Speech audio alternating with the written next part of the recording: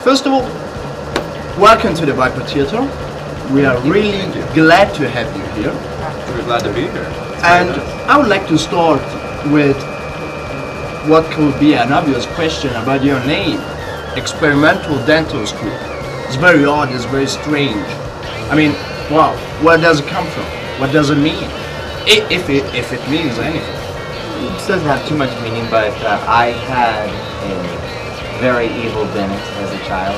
Very inexpensive dentist, maybe. Right. Who had a big gray comb-over hairdo. All right. And always forget to, I had some braces and he always forget to trim I don't know, it's just like... All right, odd. That's really odd, yeah. Talking about your music, all right? Pop music is usually about repetition. You've got a verse, you've got a chorus, then you get a bridge. But what you guys are doing is really, you've got an unconventional approach, all right? And what I would like to know is what kind of role does chaos play in your music? I would say quite a large role because I think we all, to some degree, want it to be interesting for not only us but for other people. And sometimes it feels like when you are very repetitious that people start to like lose it. We always want the listener or the audience to be like, what are they going to do next? Like what kind of tempo or what kind of change are they going to have next? So surprise. For me, as for playing instrument wise, and I know for these guys too, it's to us more interesting. And in the end, we don't know what the end result is for everybody else, but I would say the opposite, actually. I don't think it's that unconventional or that repetition. I don't know. I think when you're playing, it seems very short. You know, I mean, or it seems very long, sorry. And it just, I like to change and to keep myself occupied. But maybe back home in San Francisco, there's a lot of bands that are probably way stranger than us.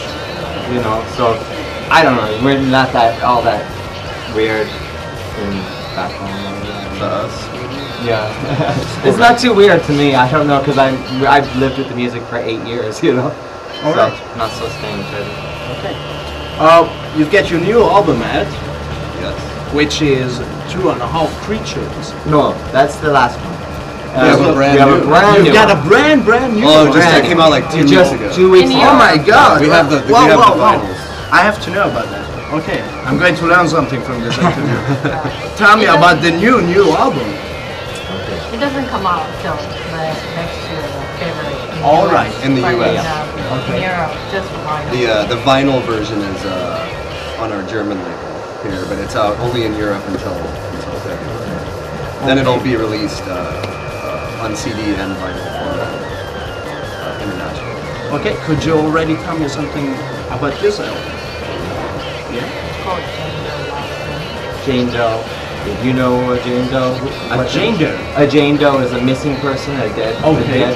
person, or something. A Yeah. woman, yeah. But I'd say 2.5 Creatures was maybe complex and like maybe like a big thing of coffee, and this is more like espresso. All It's right. just Okay. Clear some Very space. very streamlined and. And, Okay.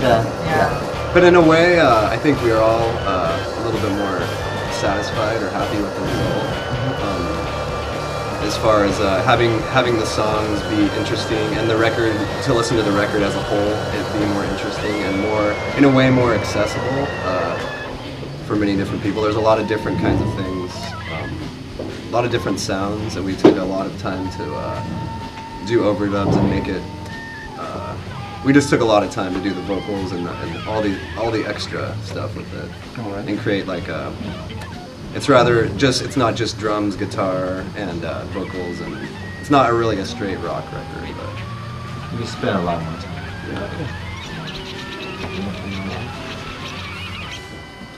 Okay. Well,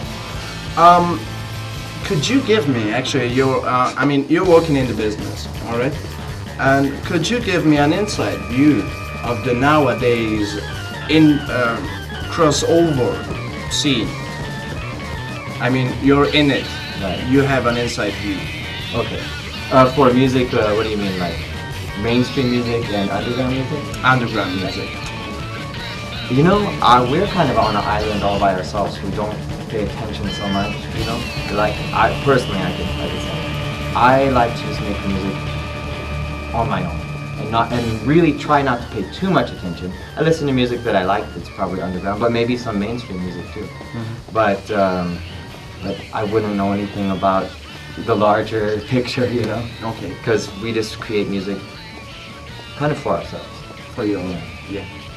And I think I also think that the best or the better bands of nowadays are kind of on the same track, rather than like following what a lot of other people are doing and looking out for the you know what's hip and everything. I think if you set yourself aside from that's when the true creativity for us, or for me anyway, will come out, when you just try to create something all by yourself. That's maybe what they have in common too, is that especially around the Bay Area, San Francisco, it's most bands just sound very different than the other bands that are in that scene. And those are probably the good ones, because they're just expressing themselves in their own personal way. Perhaps that's like sort of a genre in and of itself, I guess, too, is that the California or the Bay Area sound is kind of unique in that way, I think. But New York too, there's a lot of cities that, and you know, places probably in Europe too. You know, there's bands that are very unique here and come out and make great music. All right. That's it. Thank you for your time. It was lovely. Thank you. Grazie. Good luck Thank for you. the gig. Thank All right. you. And Thanks a lot, man.